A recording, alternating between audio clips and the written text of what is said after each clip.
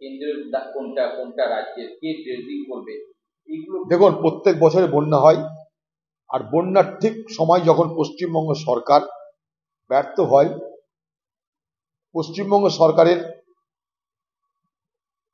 অদক্ষতা, পশ্চিমবঙ্গ সরকারের উদাসীনতা যখন ধরা পড়ে, তখন পশ্চিমবঙ্গের তৃণমূলকে বাঁচার জন্য একবার নয় বারবার গোটা ঘটনাটা কেন্দ্রের ঘাড়ে চাপানোর চেষ্টা করে। এটা বরাবরই তাই। এটাই পশ্চিমবঙ্গের মুখ্যমন্ত্রী। তদন্ত তিনি বললেন আমি নিজে করব, আমার রাজ্যে ঘটনা আমি তদন্ত করব। এখন বলছি যা বুঝার সিবিআই বুঝে নেয়। ঠিক একইভাবে বন্যা, এই বন্যা তো রাজ্যের বিষয়। আমার রাজ্যে বন্যা প্রতিরোধে আমি কি ব্যবস্থা করেছি তার কি কোনো কৈফিয়ত দেবার প্রয়োজন আছে? বলুন তো। সেচ দপ্তরে, সেচ বিভাগে পশ্চিমবঙ্গ সরকার কত টাকা খরচ করেছে বন্যা নিয়ন্ত্রণের জন্য আমাদের কাছে হিসাবটা দিই। ভাঙন নিয়ন্ত্রণের জন্য পশ্চিমবঙ্গ সরকার সেচ দপ্তরের মাধ্যমে কত টাকা খরচ করেছে আমাদের কাছে হিসাবটা দিই। বন্যা আসবে, ম্যানমেড বন্যার গল্প শোনা হবে। আমি বলছি এটা ওম্যানমেড, কারণ বন্যা তো আসবেই পশ্চিমবঙ্গে। পশ্চিমবঙ্গের ভাগ্যে নির্ধারিত আছে উপরের জল নিচে আসবে, বন্যা আমাদের হবেই হবে। We are destined to face the onslaught of flood and Fury.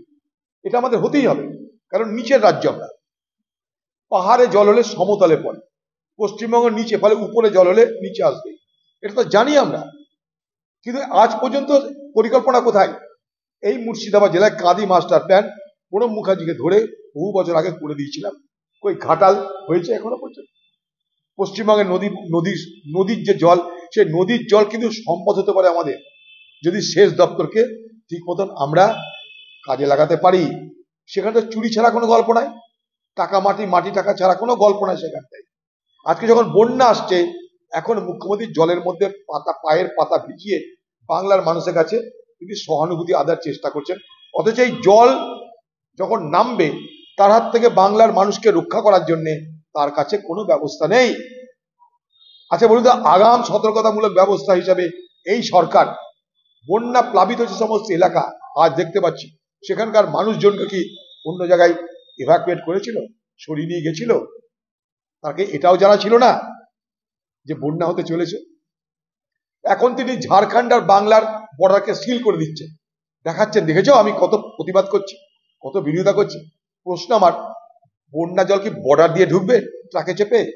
বলুন, বন্যার জল ট্রাকে চেপে এই বাংলায় ঝাড়খণ্ড থেকে বর্ডার পার করে ঢোকে কি? যে আপনি বর্ডারটা সিল করে দিলেন খামোকা। এই বর্ডার সিল করলেন কিসের জন্য তা আমাদের জানা নাই। বর্ডার সিল করা মানে আমাদের রাজ্যের সমস্ত জিনিসের দাম বেড়ে যাওয়া, আরেক বিপদের মধ্যে ফেলছেন। কিন্তু আপনি দেখাবেন না না না, কেন্দ্রের বিরুদ্ধে আমি জিহাদ করছি তাই বর্ডার সিল করে দিলাম, যেন সমস্ত বন্যার জল বর্ডার পার হয়ে ট্রাকে চেপে বাংলায় ঢুকছে। হাস্যস্কর। আর প্রত্যেক বছর মতন এবারেও ডিবিসি জল ছেড়ে দিয়েছে। ডিবিসিতে যে রেগুলেটরি কমিটি বোর্ড আছে, তুমিও মেম্বার, এটা আগে বলেছে কথা, আমরা অনেক আগে বলেছি। শুধু এখানে না, ভারতবর্ষের যেখানে বাঁধ আছে রাজ্যের অধীনে, সেখানটায় কেন্দ্র রাজ্য মিলে এই জল ছাড়ার পরিকল্পনা করা হয়।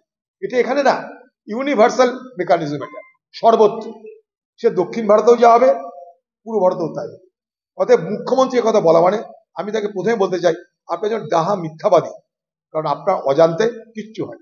আমি চ্যালেঞ্জ করছি, যদি আপনাকে না জানিয়ে ডিবিসি এতটা জল ছেড়ে দেয়, তাহলে সেটা ক্রিমিনাল নেগলিজেন্স। তার জন্য তাদের বিরুদ্ধে কোর্ট করছেন না কেন? আপনি আরজিকর কাণ্ডের অপরাধীকে বাঁচানোর জন্য সুপ্রিম কোর্ট যাচ্ছেন, কপিল সিবালকে নিয়োগ করছেন কোটি কোটি টাকা খরচা করে।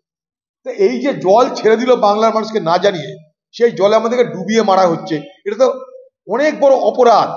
সেই অপরাধের শাস্তি চেয়ে আপনি মুখ্যমন্ত্রী হাইকোর্ট বা সুপ্রিম কোর্ট যাচ্ছেন না কেন? আপনার কাছে আমার চ্যালেঞ্জ থাকলো, আপনি যাবেন না, তার কারণ আপনি নিজে জানেন আপনি মিথ্যা কথা বলছেন।